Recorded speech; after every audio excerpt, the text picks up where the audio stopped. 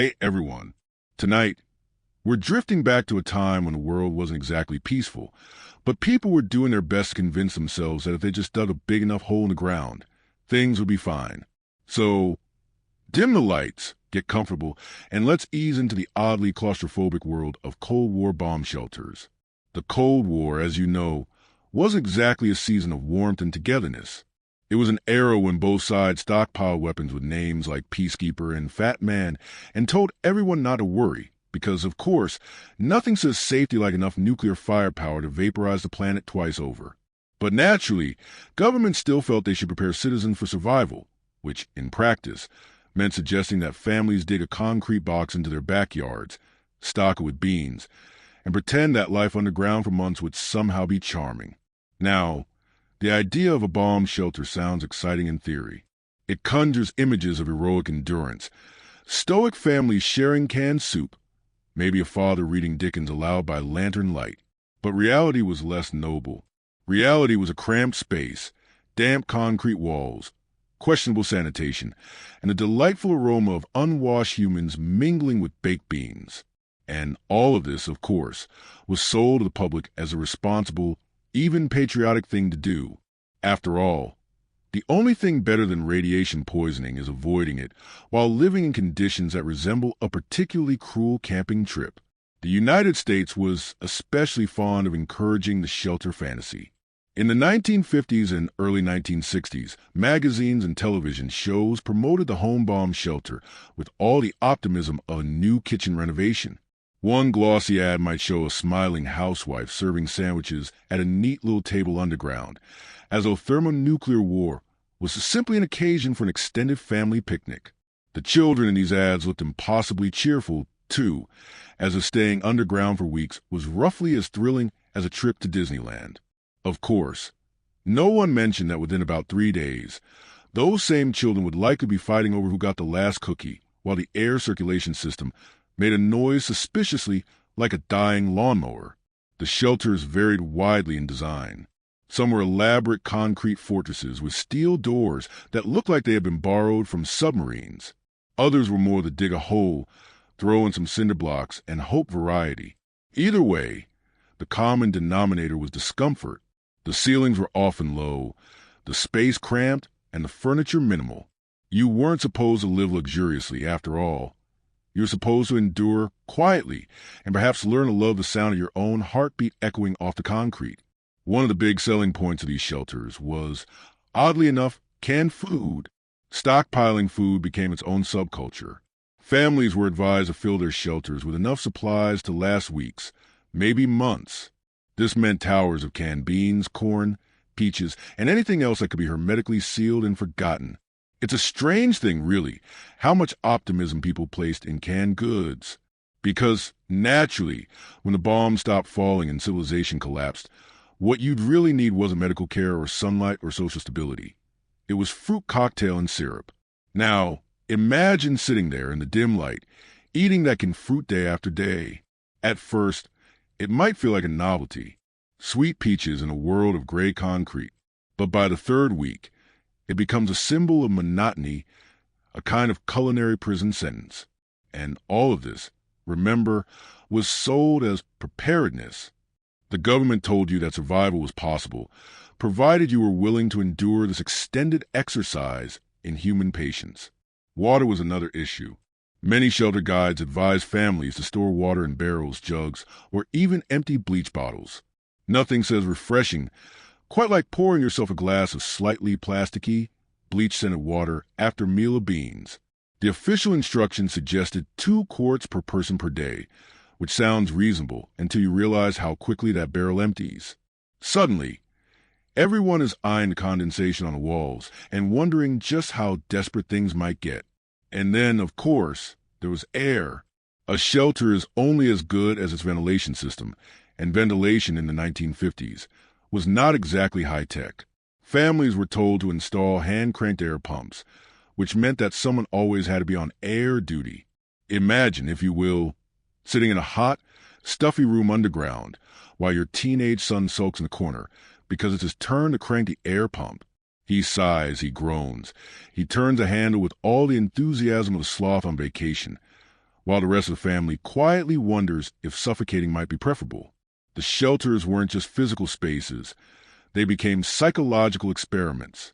Confinement, fear, boredom, all mixed together in an enclosed concrete tube.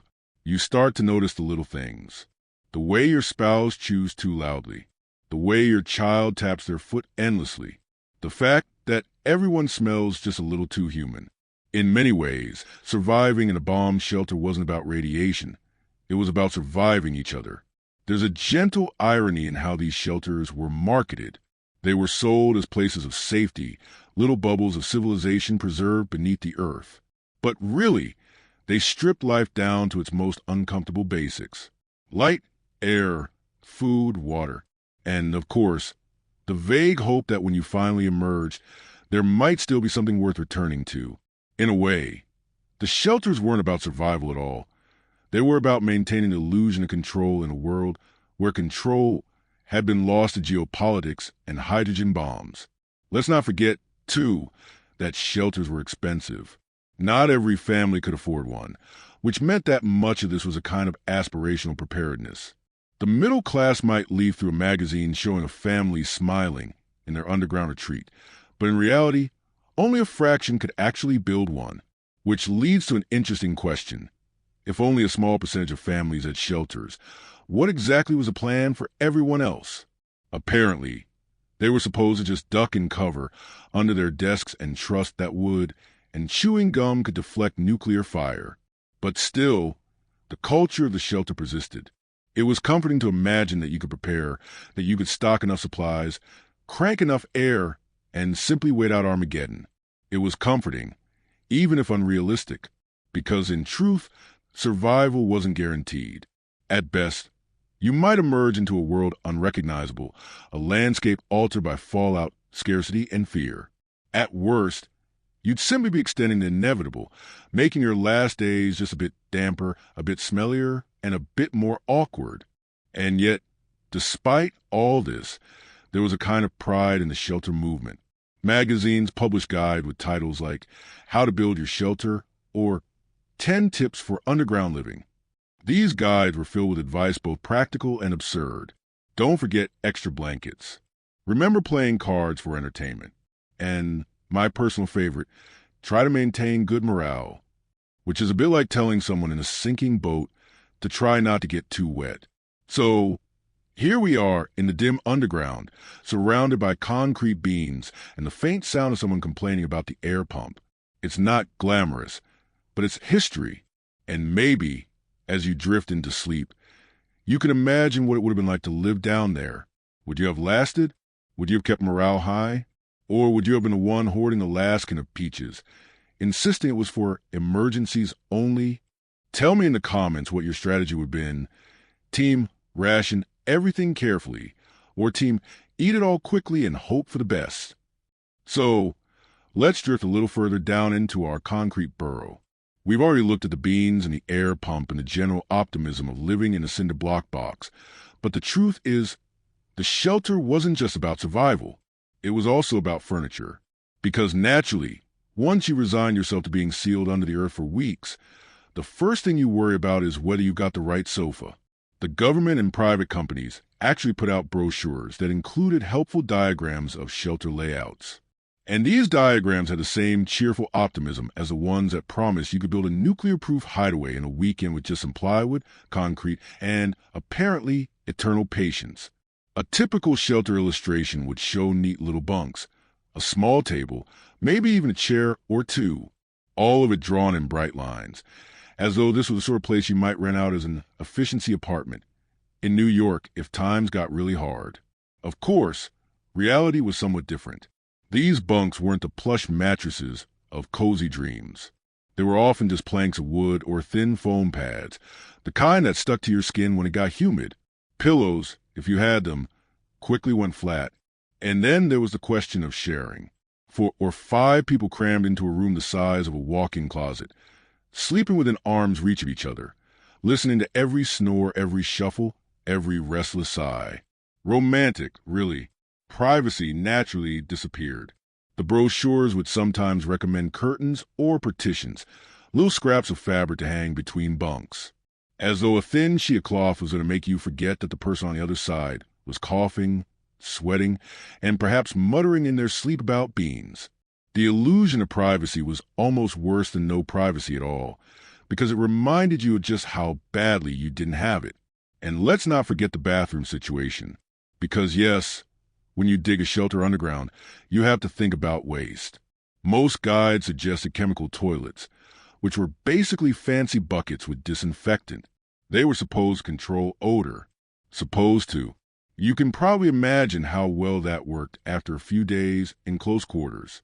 Other shelters simply had buckets, and the instructions were very clear. Seal them tightly, remove waste regularly, and ventilate the space, which, in practice, meant that sooner or later someone had to carry a sloshing container of unpleasantness up the narrow stairs and into whatever wasteland awaited outside. And this, really, is where the dream of shelter life began to crumble, because the bomb shelter was always sold with that air of family togetherness. Imagine mother and father, 2 children, perhaps a dog, sitting around a neat table, playing cards, eating canned peaches, bonding in their time of trial. What the brochures failed to mention was a part where the dog got restless.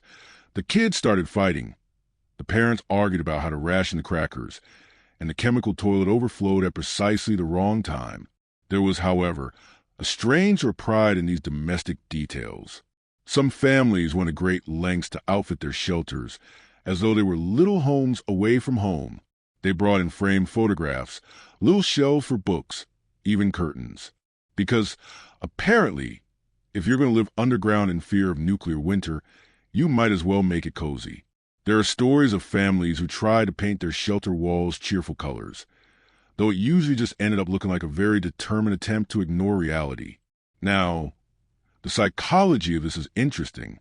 Why try to make an underground concrete bunker feel like a living room? Probably because the whole enterprise was about convincing yourself that you had control. If the end of the world could be softened by a nice rug and a picture of Aunt Mildred on the wall, then maybe it wasn't quite so terrifying. And that, I think, is the real heart of shelter life. It wasn't about survival. It was about distraction. And speaking of distraction, let's consider the entertainment options. You might think, a deck of cards, a few books, maybe a radio. And yes, those are the recommended items. Playing cards, board games, jigsaw puzzles, because nothing helps pass the time like arguing over whether your brother cheated at Monopoly while the world burns outside. Radios, too, were common. Battery-powered, of course. Families would huddle around, hoping to hear official broadcasts, which, if they came at all, were usually brief, stern, and utterly unhelpful. Remain in your shelters. Do not panic. Easy for them to say. Books, on the other hand, were the true salvation. Imagine sitting underground with nothing to do but read. It could almost be pleasant, at least for a while, until, of course, you ran out of books and had to resort to reading the labels on the canned peaches. Over and over again, the children, as always, presented their own challenges. Children don't take well to confinement. They grow restless, loud, irritable, and there's only so many times you can play I Spy in a room where everything is either concrete or beige. Parents were told to maintain routines, to try and create a sense of normalcy. Bedtimes, mealtimes, lessons. Imagine trying to teach arithmetic in a space that smells faintly of mildew and disinfectant, while your child whines that it's too hot and too boring. Truly, a test of patience that makes modern parenting look like a holiday. Some guides even suggested that teenagers could use the time productively, studying, keeping diaries, reflecting on life. Which sounds noble until you remember that most teenagers, left alone in a bunker, would likely prefer sulking, sleeping, or inventing elaborate plans to escape. And yet, despite it all, there was a strange kind of community around shelters. Neighbors would sometimes compare designs, boast about their stockpiles, even have little shelter tours. Imagine being invited to see your neighbor's underground room, proudly shown the stack of canned beans, the neatly labeled water jugs, the hand-cranked radio. It was like a twisted version of showing off a new kitchen remodel. Oh, yes, we went with a deluxe chemical toilet. Very modern. Seats, too. Of course, there was an unspoken question in all of this. If the bombs did fall, would you let your neighbors in? The official advice was, not really. Most guides warned that a shelter had to be carefully rationed, carefully planned. Extra people meant less air, less food, less water. So, in theory, you were supposed to turn people away. In practice, that meant imagining yourself standing at the hatch while your neighbor begged for shelter. And if that doesn't sound like a recipe for neighborhood awkwardness, I don't know what does. Let's pause here and imagine. You, in your shelter, the air pump whirring, the beans simmering on a camp stove, the children sulking, the dog scratching at the wall. And above you, silence, maybe destruction, maybe nothing. You don't know. You can't know. So you wait, day after day, week after week. The brochures promised safety. The magazines promised it was possible. But no one really knew what it would feel like. Until, of course, they tried. And that's the part that lingers with me. The shelters weren't built for comfort. They weren't built for joy. They were built for hope. A hope that maybe, just maybe, the world wouldn't end. A hope that when you finally climbed out of that cramped little hole, there would still be a world worth climbing into. So let me ask you, if you had been there in the 1960s, would you have built one? Would you have dug the hole, poured the concrete, stocked the beans? Or would you have trusted fate, prefer and take your chances above ground rather than spend weeks underground listening to your cousin snore? Tell me in the comments, Team Dig and Hide, or Team, if it's my time, it's my time. The first few hours in a bomb shelter might almost feel like an adventure. The novelty of climbing down a narrow ladder, the sound of the heavy door clanging shut, the thrill of canned goods stacked neatly on the shelves. It could almost be fun. The first night, maybe you convince yourself that this isn't so bad. The mattress is thin, but it's serviceable. The light bulb overhead hums, but it's steady. And besides, you tell yourself it's only temporary. But the real story of a bomb shelter doesn't begin until the third or fourth day. That's when the air starts to feel stale, when the canned beans taste exactly the same as they did yesterday, and when your family starts to get on your nerves. That's when you realize that surviving underground isn't about the food or the concrete. It's about the endless, dragging hours, each one indistinguishable from the next. The government pamphlets had plenty to say about this problem. They recommended schedules, routines, charts, because apparently the only thing more miserable than waiting for nuclear winter to pass is waiting without a timetable. Families were told to establish regular waking hours, regular meals, even regular recreation. Breakfast at 7, card games at noon, read aloud for an hour, then perhaps a brief nap before another round of beans. Nothing makes the apocalypse quite so bearable as turning it into a school timetable. Morning routines were especially emphasized. The idea was that families should rise promptly, wash up, assuming, of course, that water was available, and try to maintain good hygiene, which is charming advice until you picture trying to brush your teeth next to your brother, who is complaining loudly that there's no hot water and he can't find his socks. The smell of toothpaste mingling with the smell of disinfectant from the chemical toilet is not, perhaps, the fresh start to the day the pamphlets promised. And then there was the question of exercise. Yes, exercise. Shelter manuals strongly recommended that people perform calisthenics daily in order to keep their bodies limber in a cramped underground space, which is all well and good until you realize that doing jumping jacks next to a shelf of canned goods is a recipe for dented beans and bruised foreheads. Families were advised to take turns, to use small spaces creatively, and keep spirits up with games. Imagine your father leading a cheerful round of sit-ups while the rest of you try to ignore the fact that the air pump still needs cranking. Children, of course, made the problem worse. Not only did they need exercise, they needed entertainment. Parents were told to bring along puzzles, storybooks, even schoolwork. This, naturally, led to the idea that the shelter could double as a classroom, with lessons scheduled between meals. A noble idea, but one that almost certainly fell apart by day 3, when the children discovered that arithmetic is even more unbearable underground than it is above. Teenagers, meanwhile, were another story entirely.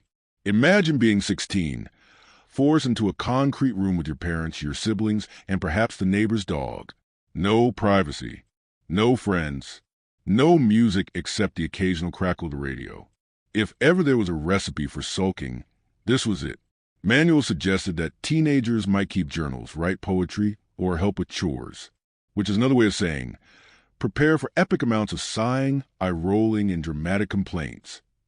But perhaps the greatest challenge of underground life was boredom. Crushing, unending boredom. Hours that stretched on like weeks. Families quickly burned through their entertainment options. You can only play Go Fish so many times before someone throws the cards across the room. Monopoly, notoriously, was not recommended, since it tended to cause arguments under the best of circumstances. Shelter guides politely suggested that families focus on cooperative games instead, though it's hard to imagine any cooperative game surviving the third week of confinement without ending in mutiny. Music was another option, though limited. Battery-powered record players existed. But bringing records into shelter was a questionable choice when space was already tight. Imagine having to decide between storing another gallon of water or your copy of Elvis Presley's greatest hits. Some families probably did bring a few records, only to regret listening to the same song over and over until even Elvis began to sound like a cruel joke. The radio, of course, was meant to be the lifeline. Authorities encouraged families to keep it on at regular intervals, listening for official broadcasts. In theory, this kept people connected to the outside world. In practice, it often meant sitting in silence, listening to static or worse, brief, cryptic announcements that did little to reassure anyone. Remain calm. Stay in your shelters. Assistance will arrive. It's the kind of advice that feels less comforting the more you hear it. Meals became a ritual, not because they were delicious, but because they divided the day. Breakfast, lunch, dinner. A can of beans here, a cracker there. Maybe a rare treat of canned fruit when spirits were low. Families sometimes tried to dress meals up, mixing different canned food together to create variety, which usually meant things like canned corn stirred into canned chili, or peaches served alongside Spam. And everyone pretended it was creative, even though it tasted exactly like what it was, desperation with a garnish. Sanitation remained the constant enemy. Buckets and chemical toilets, filled quickly. Water had to be rationed. Laundry was almost impossible. Families were told to pack extra clothing. But of course, there's only so long you can wear the same shirt underground before it becomes an olfactory weapon. And so, the shelter developed its own unique atmosphere. A blend of musty concrete, stale air, body odor, and beans. If anything could unite a family in grim solidarity, it was that smell. And then there were the nights. Darkness underground was absolute. Families relied on flashlights, lanterns, or dim bulbs powered by small generators. But power sources were limited and batteries precious, so light was carefully rationed. This made evenings long and quiet. Too quiet, sometimes. Every creak, every breath, every distant thud of the ventilation system seemed amplified. Sleep was restless. Dreams were strange. And always there was a heavy knowledge that, above the shelter, the world might no longer exist as it once had. The psychological toll was immense. Some people described feelings of suffocation, not from lack of air, but from the weight of confinement. The ceiling seemed lower with each passing day, the walls closer. The sound of voices grew sharper, more irritating. Small arguments erupted over trivial things. Who ate the last cracker? Who forgot to pump the air? Who left the flashlight on too long? And yet, these arguments rarely went anywhere, because there was nowhere to go. And that's the secret truth of bomb shelters. They weren't just tests of survival. They were tests of patience. A test of whether you could sit in a box with your family for weeks without going quietly insane. Some families probably managed it. Others almost certainly cracked. We'll never know all the stories, but we can imagine them. The father retreating into silence, the mother pacing back and forth, the children inventing elaborate fantasies to escape the monotony. And through it all, the question lingered. How long? How long until it was safe to come out? Manuals gave vague advice, suggesting weeks or even months. But there was no certainty. You could sit underground, listening to static on the radio, waiting for a voice to say, it's over, and maybe that voice would never come. Maybe you would simply wait until supplies ran out, until patience gave way, until the shelter itself became unlivable. This is the heart of the shelter story, not the concrete or the canned goods, but the waiting, endless, exhausting waiting. And perhaps, as you drift to sleep tonight, you can imagine yourself there, sitting on a bunk, staring at the wall, counting the hours. Would you have endured? Would you have kept calm? Or would you have been the one tapping your foot endlessly, driving everyone else to madness? Tell me in the comments. If you were stuck in a shelter, what would be your survival strategy? Would you bury yourself in books, invent games, or simply sleep through as much of it as possible? By the time a family had spent a week in their Cold War shelter, reality began to lose its edges. The first few days might have passed with certain nervous energy, checking supplies, adjusting routines, convincing yourself that this was all temporary. But 7 days underground was enough to make anyone feel like the walls were inching closer. The pamphlets called it maintaining morale. Everyone else called it trying not to lose your mind. The official advice was simple: keep busy. Boredom, it turned out, was more dangerous than hunger. So families were urged to set schedules, to make tasks, to divide responsibilities as though the shelter were a small, damp kingdom. Someone was on water duty. Someone else on food preparation. Someone had to pump the air endlessly, like a hamster on a wheel. And then there were the entertainment officers, usually parents, whose job was to make sure the children didn't completely dissolve into tantrums. In practice, though, the days blurred. The walls were always gray, the air always heavy. The food always came from a can. Morning looked like evening. Evening looked like morning. There was no sun, no sky, no rhythm of life to break the monotony. Time became a flat, endless thing, measured only by the sound of the crank on the ventilation system and the occasional arguments over who had eaten more than their fair share of Spam. And so, people invented rituals, not because they wanted to, but because without them, the days stretched on into formless misery. A card game after dinner, a reading session before bed, perhaps a little exercise in the morning, even though no one wanted to do push-ups on a concrete floor next to the chemical toilet. Rituals were not about joy, they were about sanity. The psychological strain of the shelter was something the government pamphlets never quite addressed honestly. They spoke cheerfully of family togetherness, but what they didn't mention was cabin fever. When you're forced into close quarters with the same people for days on end, the smallest habits become unbearable.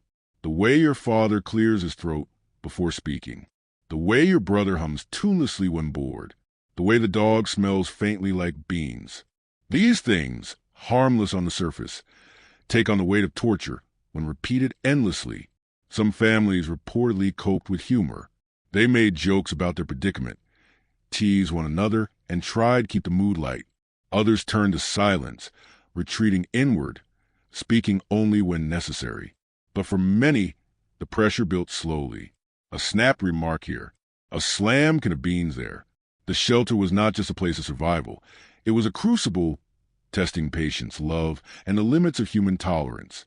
And then there were the dreams. Sleep, underground, was never restful. The air was too close, the space too tight, the noise is too constant. People describe vivid, unsettling dreams, of being buried alive, of endless tunnels, of climbing toward the surface only to find it gone. Some would wake in the darkness disoriented, forgetting where they were, panicking until the dim glow of the lantern reminded them they were safe, if this could be called safety. Food became another psychological battleground. Canned goods lost their charm quickly. The beans that once represented preparedness soon became symbols of monotony. Every meal was the same palette of flavors. Salty, metallic, vaguely sweet in the case of fruit cocktail. Parents tried to make meals seem cheerful, turning lunch into a family occasion, but no amount of forced optimism could disguise the fact that dinner was once again reconstituted potato flakes and Spam. Occasionally, a treat was rationed out, a chocolate bar, a rare tin of sardines, a box of cookies that had been hidden for emergencies. These small indulgences carried disproportionate weight. A single cookie could become the highlight of an entire day. A piece of chocolate, slowly divided among family members, became a ritual of unity. And yet, such treats also carried the risk of resentment. Who got the bigger piece? Who ate theirs too quickly? Who was caught sneaking a bite from the emergency stash?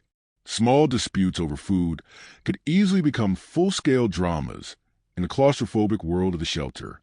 The air pump, ever present, was both a lifeline and a torment. It had to be turned regularly to keep fresh oxygen circulating, and families often rotated the duty. But no one liked it. The handle was stiff, the noise repetitive, and the work endless. Children whined when it was their turn. Teenagers sighed loudly. Adults muttered under their breath, wondering how civilization had come to this. Cranking air into a box so that everyone could sit in silence and stew in bean fumes. And yet, if the crank stopped, the air grew stale frighteningly fast. Everyone knew it, and so the crank turned hour after hour, like the heartbeat of the shelter. The question of hygiene never went away. Even with careful rationing, water was scarce. Showers were out of the question. Baths were laughable. Families wiped themselves with damp cloths when possible, but the shelter was a place of sweat, dirt, and rising odors. Laundry was impossible, which meant clothes grew steadily more unpleasant. Socks, in particular, became weapons of despair. By the second week, the smell of the shelter was part of its identity, one that no one wanted to talk about, but everyone endured. Privacy remained a fantasy. Families slept inches apart, listened to each other's conversations, and shared a single room for every human activity. Arguments had no escape. Tensions had nowhere to dissipate. If two people fought, they were still forced to sit side by side, eating beans from the same can. There was no going for a walk, no getting some air, no needing a minute alone. The shelter swallowed all of it, forcing people to confront one another endlessly. And still, the waiting continued. Above ground, the world might have been burning, or it might have been silent. Below ground, the question was always the same. How long? Some pamphlets suggested 2 weeks. Others whispered of months. But no one really knew, and in that uncertainty lay the true strain of shelter life. Not the hunger, not the smell, not even the boredom, but the not knowing, the endless doubt. People coped in strange ways. Some prayed, clinging to the hope that faith might carry them through. Others counted, tallying days, tallying meals, tallying breaths. A few found odd comforts in repetition, polishing the same surface, organizing the same supplies, reading the same book again and again until the words blurred. It wasn't about enjoyment. It was about survival of the mind. And perhaps that was the cruelest part of the shelter. It kept you alive, yes, but it tested what alive really meant.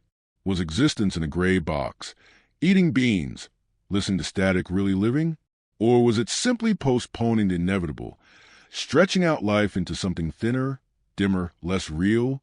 Families were told they would emerge stronger, together, ready to rebuild.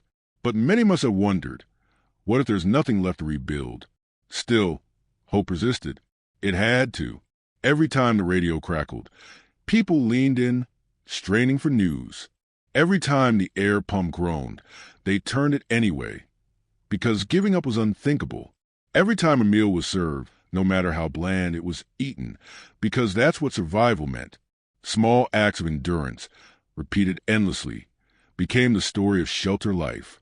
So, as you imagine yourself there, in the dim concrete room, listening to the air pump and the quiet complaints of your family, ask yourself, how would you have kept sane? Would you have embraced the rituals, clung to humor, or retreated into silence? Tell me in the comments. Team, make jokes until the beans run out, or team, stare at the wall until someone opens a hatch. One of the strangest aspects of life inside a Cold War bomb shelter was sound, or more accurately, the lack of it, above ground. Life is filled with noise we hardly notice. The wind in trees, the hum of traffic, a dog barking 2 streets away, the far-off rumble of an airplane. Underground, all of that vanished. What remained was silence, broken only by the artificial noises of the shelter itself. The ventilation pump, the soft clink of cutlery against tin, the shuffle of feet on concrete, a cough that echoed too loudly in the confined space. Every sound became magnified, amplified by the stillness. Conversations seemed louder than they were. Laughter carried strangely. Arguments bounced against the walls like trapped birds. Even whispers carried. Privacy was impossible, but so was quiet. And when no one spoke, the silence pressed in. Not a natural silence, like a quiet forest, but a dead silence, a silence without life. People described it as oppressive, almost physical, like a weight on the chest. It reminded you that you were buried, entombed in a box beneath the earth, cut off from the world above. For some, that realization triggered panic, shortness of breath, racing heart, an irrational certainty that the air was running out even when the pump was turning steadily. For others, it simply gnawed at the mind, a background of unease that never quite faded. Radios were meant to help with this. Families were told to bring a battery-powered radio into their shelters, and in the early days, many clung to them desperately. The static hiss of an AM frequency was, in its own way, a comfort. At least it was sound, a reminder that the world hadn't ended entirely. But too often, the radio brought only more silence. Channels gone dark, broadcasters missing, entire cities quiet. The absence of voices on the airwaves was as eerie as the absence of noise outside the shelter walls. And then there were the broadcasts that did come through. Some were official-sounding messages, clipped and steady, reminding citizens to remain calm, to stay in their shelters, to await further instructions. Others were stranger, fragments of foreign stations bleeding through the static. Strange languages carrying news no one could quite understand. A few were rumors of coded messages, voices reciting numbers, lists, or even Bible verses, each interpreted differently depending on who was listening. The radio, meant to be a lifeline, often became just another source of anxiety. In the quiet hours, imagination filled the gaps. A child lying in their bunk would swear they heard footsteps overhead. A mother would insist she caught the faint sound of distant explosions. A father might pause mid-sentence, cock his head, and swear the ground had rumbled. Whether these sounds were real or simply the mind straining for input, no one could say. But in the silence, every creak, every echo, every faint suggestion of noise took on enormous weight. To fight this, families tried to generate their own soundscapes. Singing was common, though the acoustics of concrete walls turned cheerful songs into something oddly mournful. Reading aloud was another staple, with parents taking turns reciting from books to keep the children entertained. Even small games, rhyming challenges, memory contests, storytelling, became a way of filling the silence with something human. But noise was a double-edged sword. Too much chatter, too much movement, and irritation flared quickly. Tempers ran short when voices carried too long, or when laughter fell out of place in the oppressive underground air. Sound, like everything else in the shelter, had to be rationed carefully, enough to keep the silence at bay, but not so much that it drove everyone mad. Perhaps the cruelest sound was the one families longed for but never heard, the all-clear. In theory, there would be a signal, some official broadcast declaring the danger had passed, that it was safe to emerge. But waiting for was agony. Every hour without that signal deepened the uncertainty. Was the world above still there? Was it ash and ruin? Were they waiting for a rescue that would never come? At night, when lanterns dimmed and families lay on their bunks, the silence grew even heavier. Some whispered to one another, trading stories, dreams, even confessions, as though the darkness loosened their tongues. Others lay in silence, listening to their own breathing, counting heartbeats, wishing for morning. Sleep came in fits and starts, broken by the snoring of others, by nightmares, by the sheer strangeness of lying underground in a box built for survival but not for comfort. The human mind was not made for silence. In the absence of sound, it invented its own. Some people reported hearing faint music that wasn't there, phantom voices, the illusion of footsteps in the distance. Psychologists later called it auditory hallucination from sensory deprivation. In simpler terms, the brain hates silence so much that it makes up its own noise. So imagine yourself lying there in the shelter. The lantern flickers. The air smells of metal and beans. The silence presses in, broken only by the creak of the bunk and the faint scratch of your father's breathing. You stare at the ceiling, at the concrete that separates you from whatever waits above, and you wonder, what would the world sound like if you could hear it again? Would it be birdsong, wind, the laughter of strangers, or only the long, low whistle of destruction? That was the reality of Cold War silence. It wasn't peace. It wasn't rest. It was waiting, and waiting is the loudest silence of all. So tell me, in the comments, if you were stuck underground, would you crave sound to drown the silence, or would you savor the stillness? Team, bring the guitar. Or team, let me hear the silence of the grave? Food was, in theory, one of the simpler problems to solve in a Cold War bomb shelter. You just had to stockpile enough of it.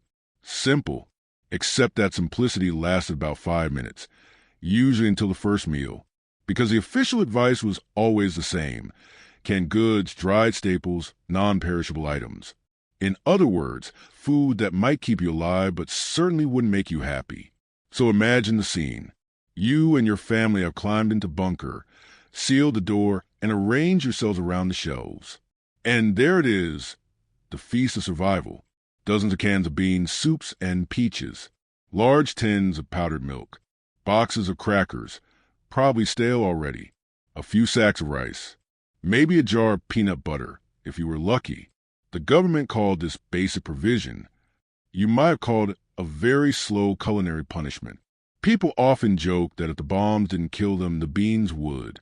And they weren't entirely wrong. Canned beans are durable. But after your 4th day in a sealed space with your entire family, consuming them 3 times a day, you begin to notice side effects. The shelter was already cramped, poorly ventilated, and slightly damp. Add the gastrointestinal consequences of beans and powdered milk, and suddenly the air quality dropped to catastrophic levels. Families tried to vary things, of course. Canned tuna, canned ham, canned anything. Some even attempted shelter cookery, which usually meant mixing random things together in one pot and pretending it was stew. Powdered milk went into everything, whether it belonged there or not. Crackers were dipped in soup, crumbled into beans, sometimes chewed dry just for texture. Children who had once begged for sweets now begged for an apple, a slice of bread, anything fresh. But fresh was not part of survival. Water was another problem. Official instructions often told families to keep large containers of clean water sealed in the shelter and to replace them every few months so they wouldn't go stagnant. Of course, most people forgot. So when the time came, they discovered that their supposedly fresh water smelled faintly of plastic, or worse, faintly the garage where it had been stored. Drinking it was unpleasant, but not drinking it was worse. Some families added powdered lemonade mix, which covered the taste without improving the quality. Others just pinched their noses and swallowed. Cooking was often improvised. Some shelters had small propane stoves or camp cookers. Many didn't, which meant a lot of cold beans, cold soup, and the grim satisfaction of eating lunch straight from the can.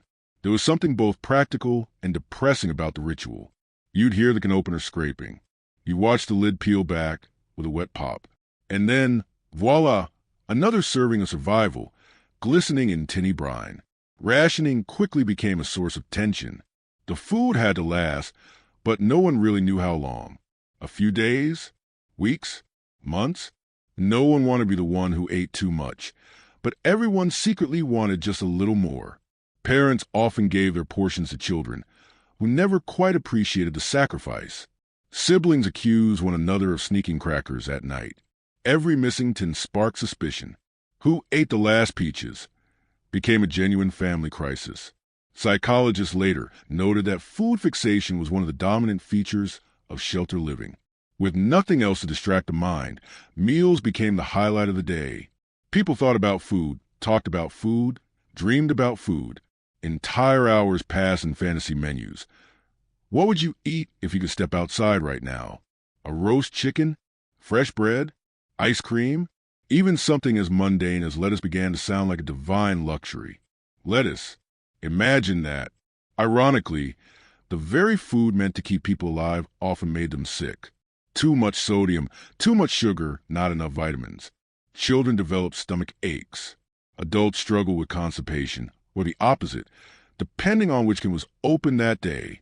A dietitian might have wept at the sheer imbalance of it, and all of it had to be eaten under the constant weight of stale air, dim light, and no exercise. It was survival, yes, but survival had a way of making you wonder whether it was worth it. The government, naturally, had produced pamphlets, cheerful illustrations of nuclear families enjoying their canned feasts, as though everyone loved Spam for the 20th meal in a row. The reality was less photogenic. Tin cans piled up quickly. Trash disposal became an issue, especially in sealed spaces. No one wanted to share a room with a stack of empty tuna tins slowly fermenting in the corner. Some families flattened cans and sealed them in plastic bags.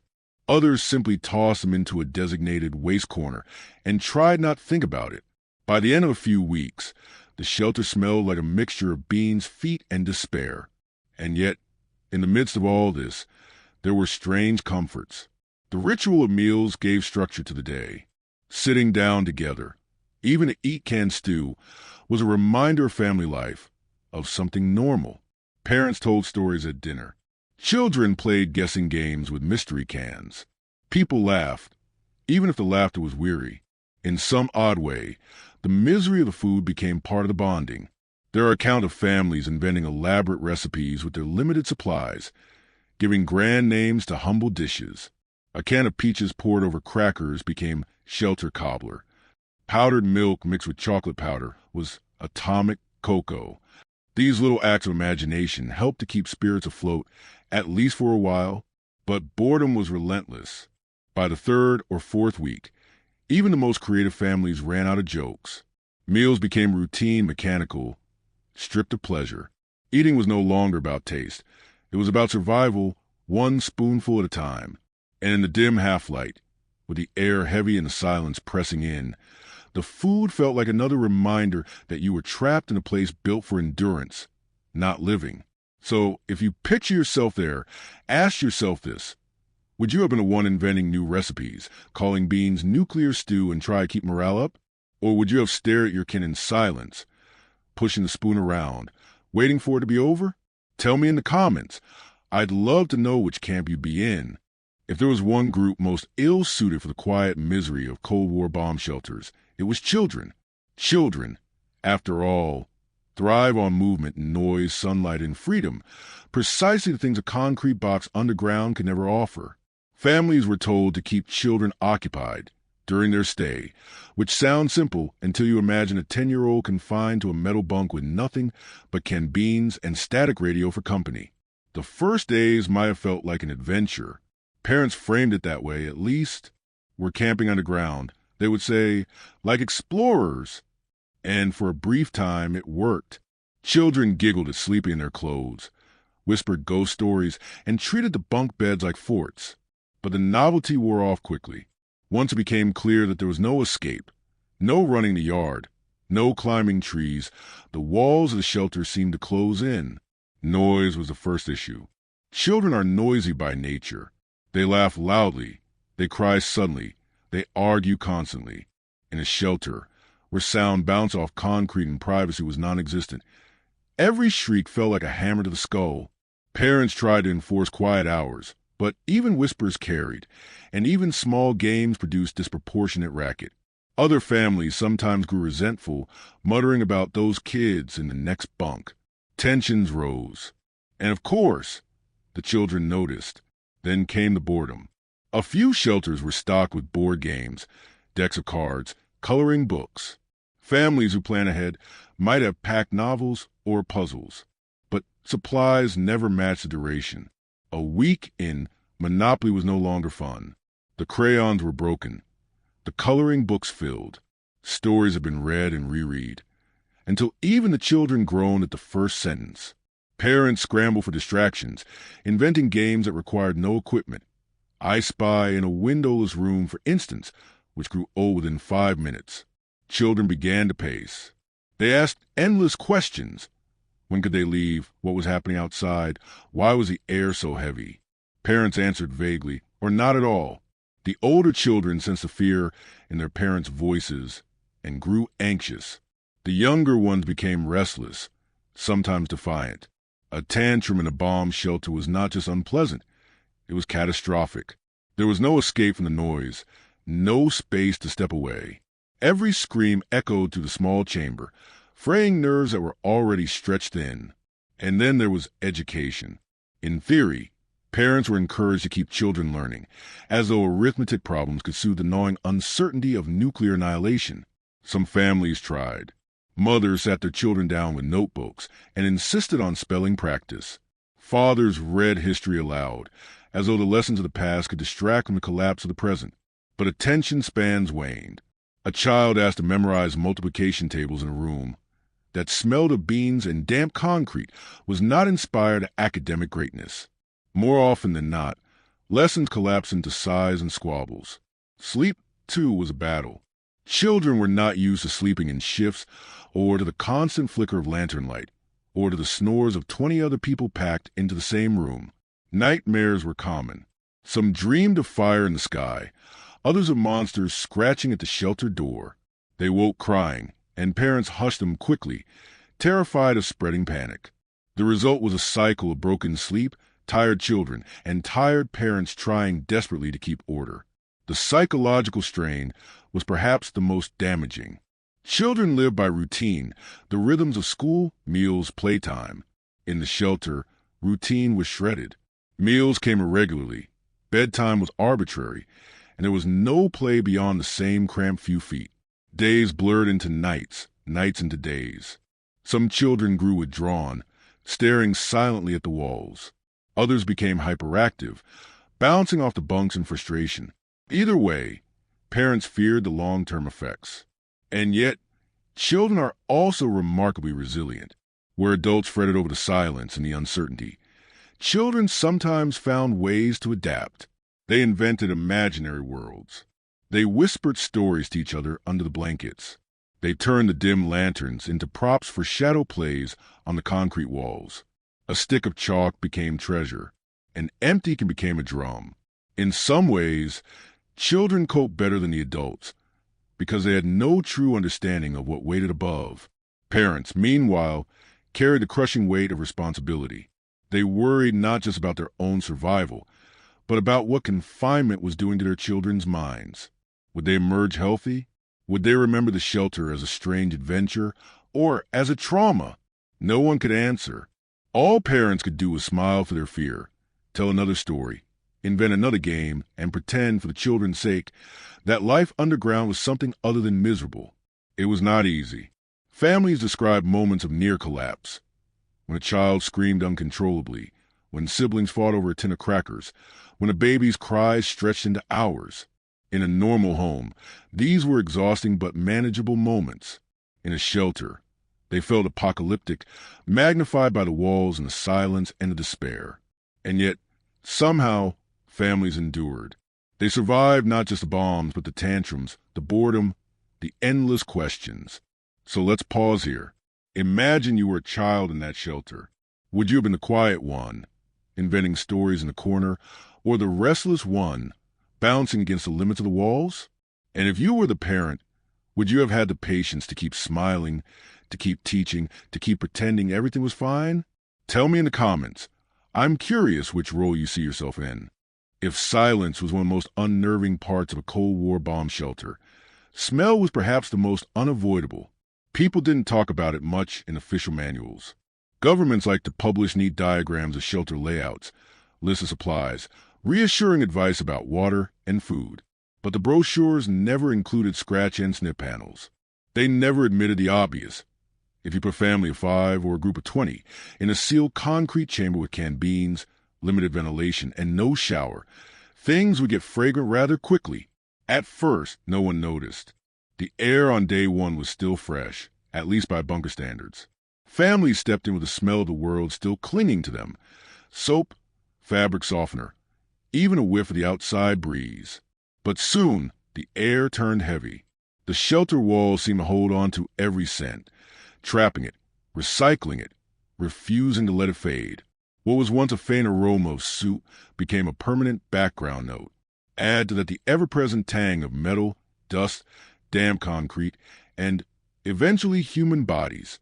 Ventilation systems were supposed to solve this. Hand crank pumps, sometimes electric fans, sometimes just clever pipe designs that channeled air. But even the best system could only do so much.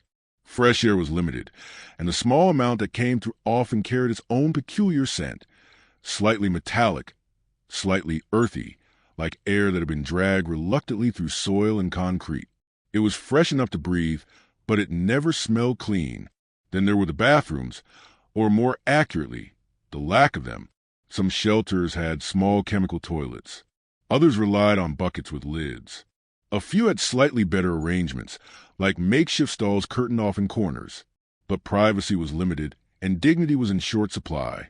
You might be a respected accountant, a schoolteacher, or a grandmother with impeccable manners. But in the shelter, you were all equal before the bucket. Waste disposal was its own ordeal. Buckets had to be emptied somewhere. In theory, there were disposal chambers, cleverly sealed off.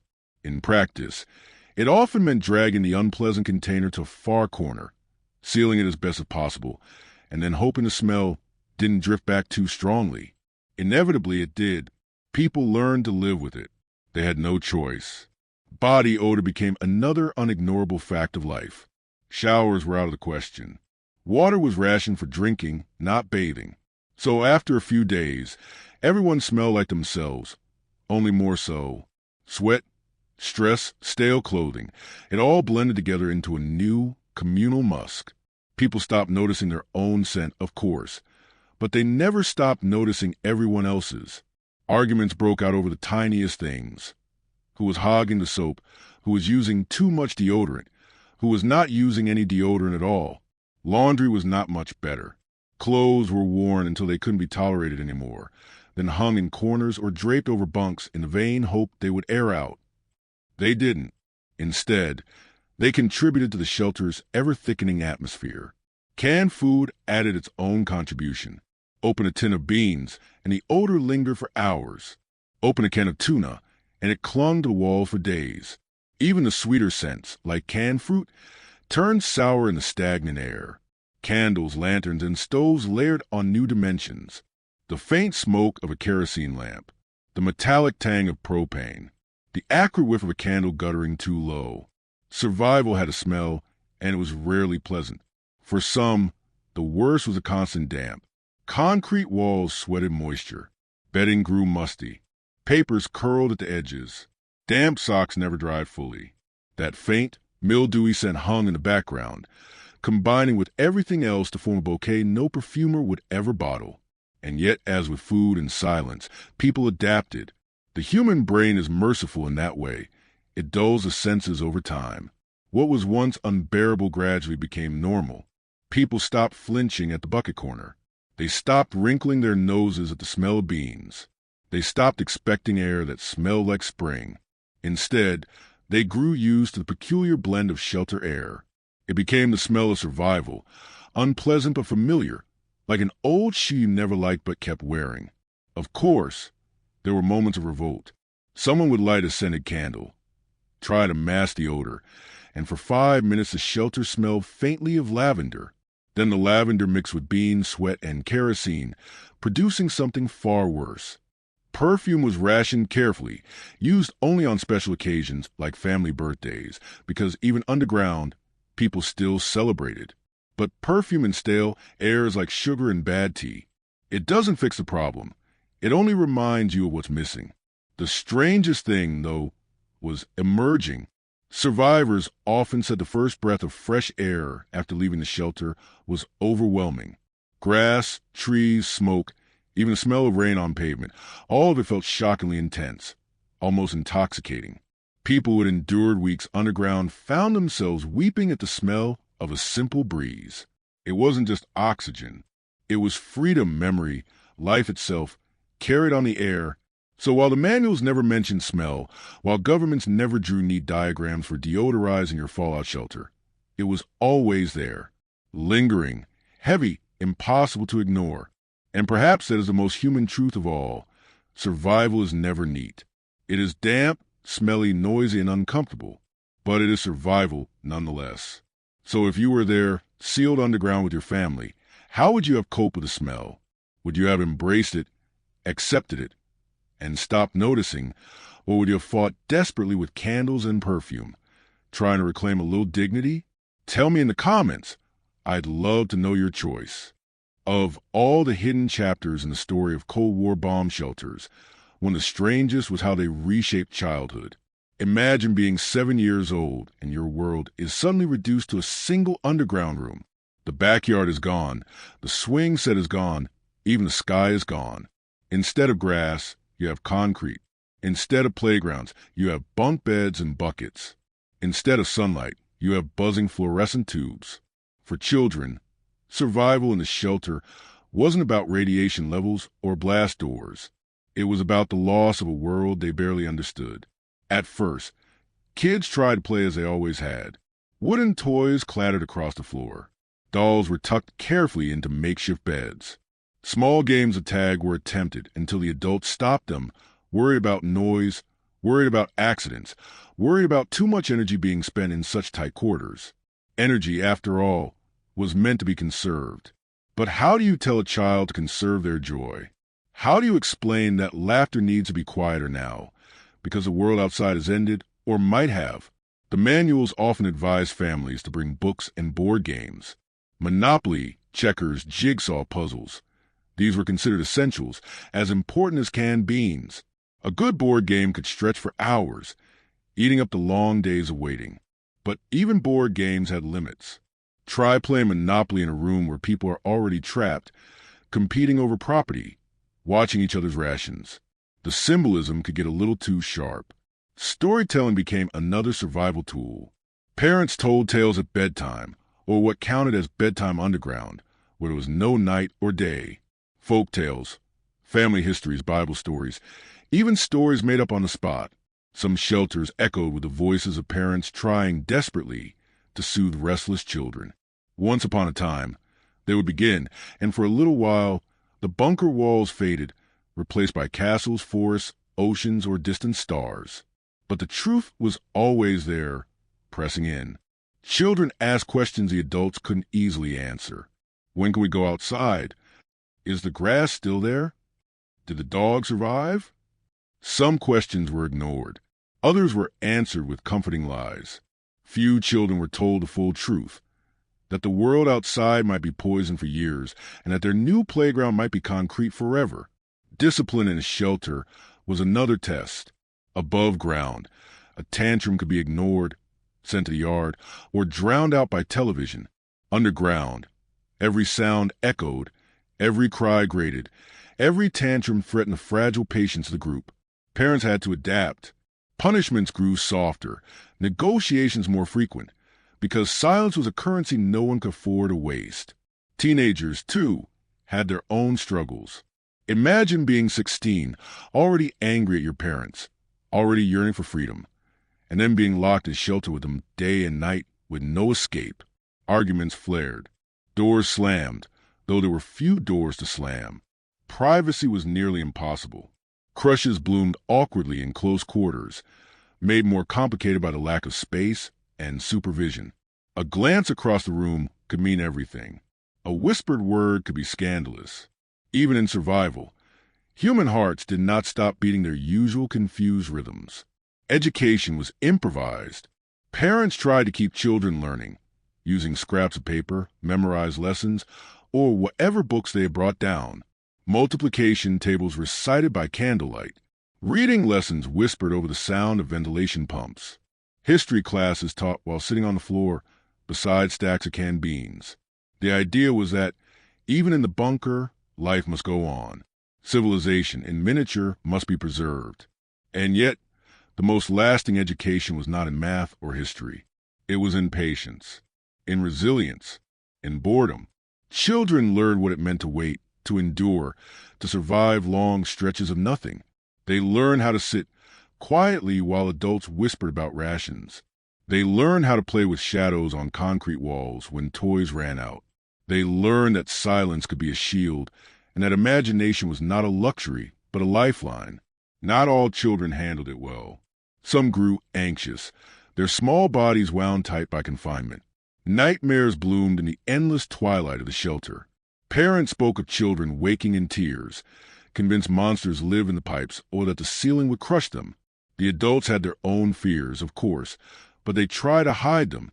For children, the line between nuclear apocalypse and bedtime monster was thin, almost invisible. The youngest children adapted fastest. Toddlers who had barely known the surface world accepted the shelter as normal. Concrete floors became their playground. The hum of the fan became their lullaby. When they finally emerged, if they emerged, they looked at the sky with confusion, even fear. What was this endless blue ceiling, so unlike the safe, low roof of the bunker? Parents carried the heaviest burden. To raise a child in a bunker was to perform an act of theater every day, to smile when you didn't want to tell stories when your own heart was breaking, to pretend there was enough food, enough water, enough future, to sing lullabies over the steady beat of your own terror. There were moments of joy, too. A child's birthday marked by a shared can of fruit cocktail, a hand-drawn picture taped proudly to the wall, transforming gray concrete into something resembling home. A silly song, sung out of tune, that made everyone laugh until they cried. In such moments, children gave the adults something they could not give themselves, a reason to keep pretending. And when the all-clear finally came, whether days, weeks, or months later, children were the first to run outside. They stumbled into the sunlight, eyes wide, arms outstretched, as if trying to hug the entire sky. They picked up pebbles and clutched them like treasures. They ran across grass as though it were made of gold. To them, the outside world was not ruined. It was miraculous. It was bigger than anything they remembered. It was proof that the world, for all its terror, still had beauty left to give. Perhaps that is the strangest legacy of the bunker years. For adults, shelter symbolized fear, loss, claustrophobia. But for many children, they were simply places of memory. Strange, yes, smelly, yes, but also filled with stories, games, and moments of laughter in the dark. For them, survival was not only about canned beans and ration charts. It was about the resilience of childhood itself, that stubborn spark of joy that flickers even in the deepest concrete chamber. So if you were a child in that time, locked away in a bunker, waiting for a war that might never come, how would you have endured it? Would you have found ways to laugh? Or would the walls have closed in too tightly? Would you remember the boredom or the stories told in whispers at bedtime? Tell me in the comments. Because every shelter had its own children, and every child carried their own small, secret story of survival. When you trap a group of adults together underground with no escape and give them limited food, limited water, and far too much time, you inevitably end up with politics. Not the grand, international politics of Washington or Moscow, though those lingered overhead like ghosts. No, I mean the micro-politics of the bunker, the politics of who gets the last can of peaches, the politics of who gets to sleep near the door, and who gets the corner beside the chemical toilet. Every shelter became its own little kingdom, sometimes literally. There were official plans, yes, neat diagrams showing how everyone would sit politely in rows, follow the rules, and work together. But people are not diagrams. They are messy, anxious, and deeply opinionated creatures. In the bunker, democracy had a tendency to collapse somewhere around day 3, usually after the third argument about whether to open one more can of beans. Natural leaders often emerged. These were not necessarily the wisest or the kindest. Often, they were simply the loudest or the most confident in their ration counting. They seized control of the clipboard, declared themselves in charge of the ventilation schedule, and suddenly the shelter had a self-appointed prime minister. Sometimes they did well, keeping things orderly, making tough calls. Other times, they let the power go to their heads. Imagine a petty tyrant whose empire is 12 people in a concrete box. It wasn't pretty. On the other hand, there were always rebels, the ones who didn't like being told when to eat, or how much water they could drink, or how many minutes of flashlight battery they could use. They whispered in corners, staged tiny protests, refused to follow the fan cleaning schedule. If the Cold War above was a great standoff between superpowers, the Cold War below was between your neighbors. Food was the main battlefield. Who deserved the bigger portion? Should children get more? Should adults who worked harder be rewarded with an extra cracker? Should everyone get the same, even if some were stronger or weaker?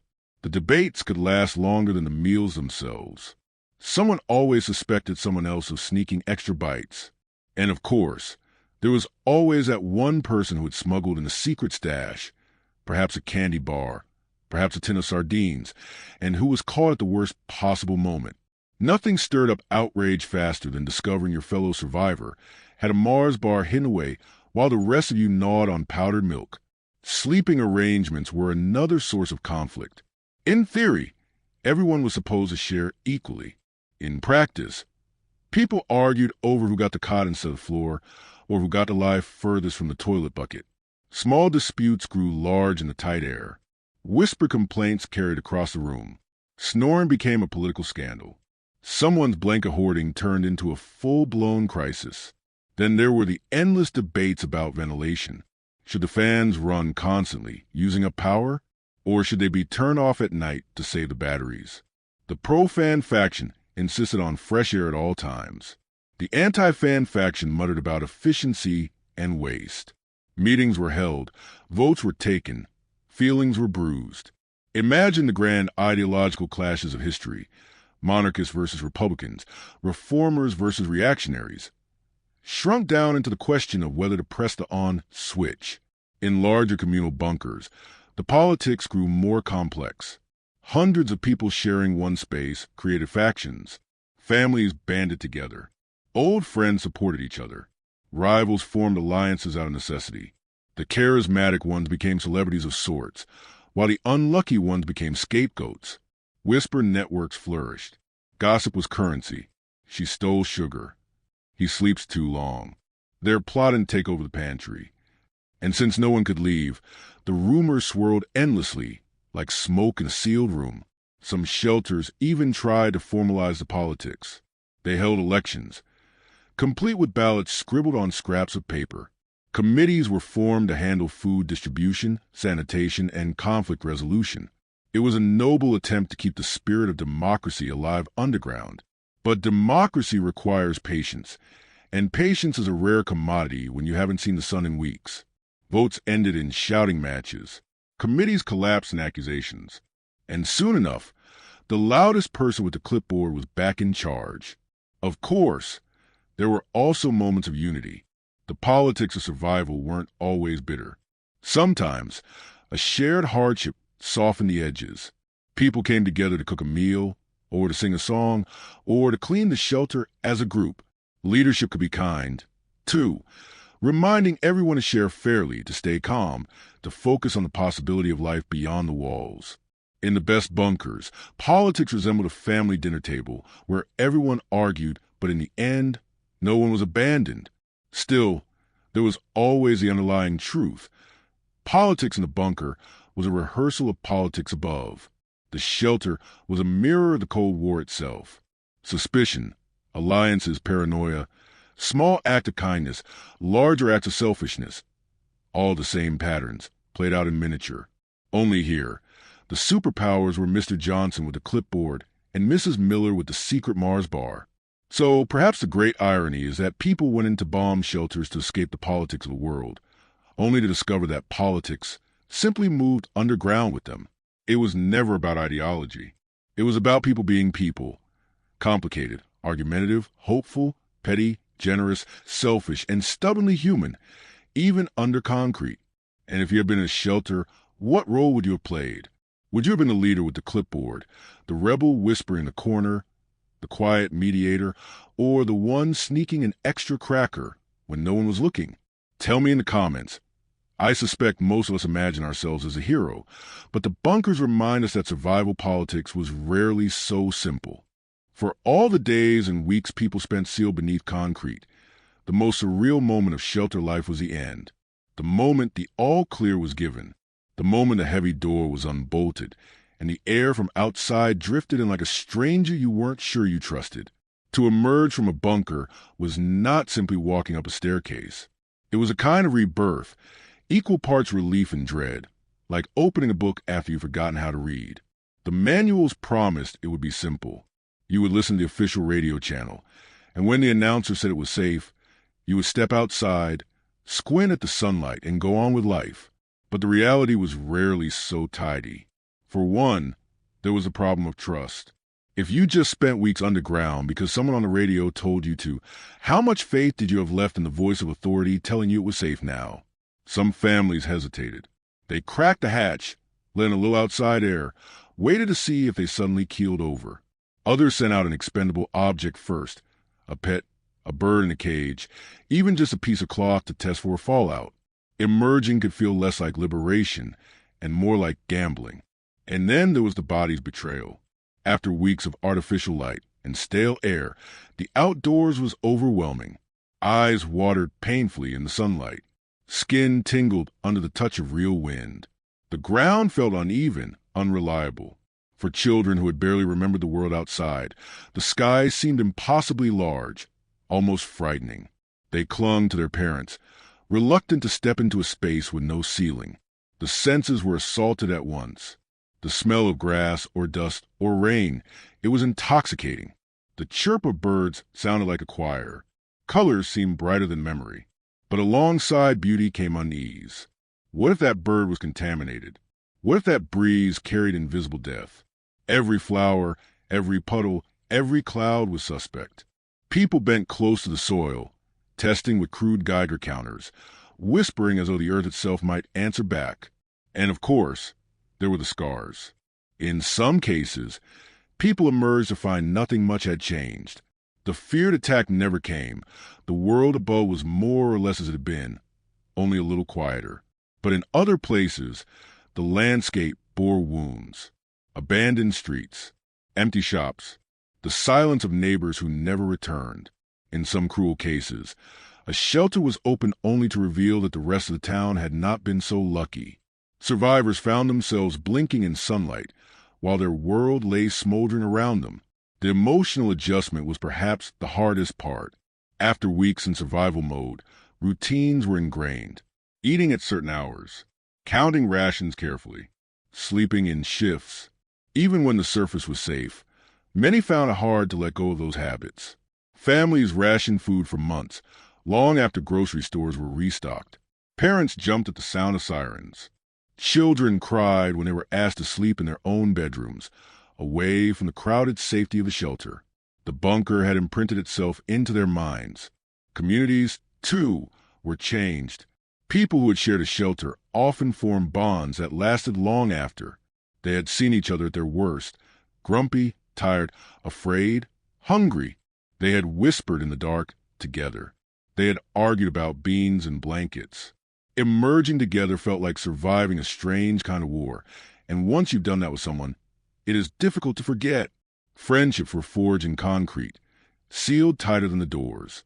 And yet, the opposite could be true as well. Some bonds were broken underground, never to be repaired. Families left the bunker not speaking to each other. Neighbors carried grudges that lasted decades.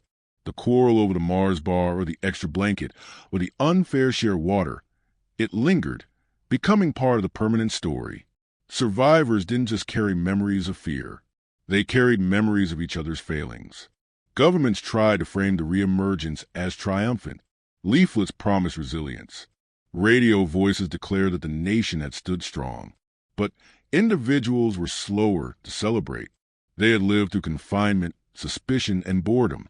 They had seen how thin the line between order and chaos could be. The bunker had taught them a quiet lesson. Civilization was fragile, and safety was never more than a rumor. Even years later, the habits lingered. People kept emergency kits in their basements. Some dug private shelters, long after the crisis had passed. Children who grew up in bunkers sometimes became adults who could not sleep without a nightlight, or who hoarded canned goods, or who mistrusted any sound that resembled a siren. Survival had seeped into their bones. And perhaps the strangest part was how quickly life, on the surface, insisted on going back to normal. The mail still needed delivering. Schools reopened. Politicians made speeches. People went to work. The great emergency became just another memory, filed away with storms, blackouts, and blizzards. But for those who had lived underground, normal life never felt entirely normal again. The sky was too open, the air too sharp, the silence too suspicious. And whenever the siren tested again, just as a drill, hearts still pounded, hands still reached instinctively for the basement door. The shelters, meanwhile, lingered as empty shells. Some were sealed up, forgotten. Others were turned into wine cellars, storage units, even children's playrooms. In certain towns, they became historical curiosities, tourist attractions where you could walk through the stale air and pretend to be trapped. But for those who had once lived there, they were not curiosities. They were tombs of memory. So the act of emerging from a bunker was never as simple as opening a door. It was an act of re-entering the world while knowing too much about its fragility. It was stepping into the sunlight with the ghost of concrete walls still pressing against your ribs. It was freedom and fear, joy and suspicion, relief and grief, all tangled together. And if it had been you, after weeks underground, rationing every meal, hearing only the buzz of fans and the murmur of neighbors, what would you have done on that first day outside? Would you have kissed the ground, stared suspiciously at the sky, rushed for a real meal, or simply sat down and let the sunlight wash over you? Tell me in the comments, because the truth is, every return from a bunker was both an ending and a beginning, and no two were ever quite the same. When the doors finally closed for the last time, when the sirens were silent and the drills ended, the bomb shelters did not vanish. They lingered, half forgotten, like ghosts of fear that once felt permanent. Across towns and cities, concrete bunkers sat beneath gardens, under schools, in the basements of town halls. Some were locked and abandoned, others converted into storage. A few even turned into trendy wine cellars, because nothing says romance quite like sipping Merlot in a room designed for the end of civilization. The Cold War passed, slowly, unevenly, without the apocalyptic crescendo that everyone had been bracing for. No mushroom clouds rolled across the horizon. No families were sealed away for years. And yet, the shelters remained, a quiet reminder that everyone had been preparing for the worst. If the world had ended, those walls would have been the last witnesses. The fact that it didn't end didn't erase the memory. The legacy of the bunker is not one of triumph. It is one of unease. They taught people how thin the line was between comfort and catastrophe. One moment, you were watching television, eating dinner, tucking your children into bed. The next, you were supposed to sprint underground, close a door, and pretend that concrete walls could protect you from the largest weapons ever invented. It was an act of faith and also an act of desperation. In some ways, the shelters worked. They gave people a sense of control, however fragile. They allowed families to believe they could survive the unthinkable. They offered politicians a handy symbol. Look, we are prepared. We are keeping you safe. But in other ways, they revealed the absurdity of the situation. Stocking crackers and powdered milk against the firestorm of nuclear war was like holding an umbrella against a hurricane. The shelters were equal parts practical and performative. For children, they became memories, strange, half-buried, almost dreamlike. The hum of the ventilation fan, the smell of canned beans, the sound of adults whispering in the dark. For parents, they were remembered as trials of patience, acts of theater performed to keep their children calm. And for governments, they were eventually remembered as outdated relics, awkward symbols of fear that faded but never entirely disappeared. Because, of course, the world did not get rid of its bombs. It simply learned to live with them in quieter ways. The drills stopped, the bunkers were locked, and people went back to mowing lawns and planning holidays. But the possibility remained, lingering just beneath the surface, like those sealed concrete doors beneath suburban gardens. The legacy is also visible in culture. Films, novels, television shows, they all borrow the imagery of the shelter, the claustrophobic room, the tense family, the creaking bunk beds. Survival turned into story. Fear turned into entertainment. Generations grew up half knowing what a bunker was, even if they'd never stepped into one. And then there's the irony. The very thing the shelters prepared for never happened. No full-scale nuclear exchange arrived to test their walls. They remained unproven, untested, half theoretical, which perhaps is the best outcome possible. Because to truly test them would have meant catastrophe. Better that they remain a little ridiculous than a little useful. Today, when people tour the surviving shelters, they often laugh at the canned food labels, at the dated furniture, at the thought of entire families huddled underground, waiting for Armageddon while playing Monopoly. And yet, beneath the laughter is something quieter, a recognition that fear once ran so deep it carved rooms into the earth, that ordinary people once believed they might have to live without the sky, without the sun, without the world as they knew it. So perhaps the final legacy of the bunker is not survival, but humility, a reminder that we once stood at the edge and thought the end was only a siren away, a reminder that even kings and generals, presidents and premiers were planning to hide in the ground, just like everyone else. A reminder that civilization has always been a little fragile, a little absurd, and yet, against the odds, it carries on. As you drift off tonight, you might imagine the sound of a heavy steel door closing, the hum of a fan, the shuffle of neighbors arguing over beans. Or you might imagine a moment it open again, sunlight pouring in, the world still waiting, battered but alive. And here's the question I'll leave you with.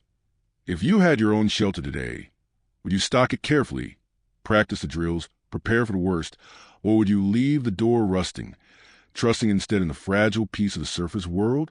Tell me your thoughts in the comments. For now, thank you for keeping me company in this long drift through the concrete memories of the Cold War. If you found this soothing or strange, or both, I'd be grateful if you liked this video, share it with someone who needs a calm distraction, and subscribe so we can wander to more forgotten corners of history together. Until then, sleep well, stay safe, and remember, sometimes the strangest survival stories are the ones where nothing actually happened, but everyone prepared as though it might. Good night.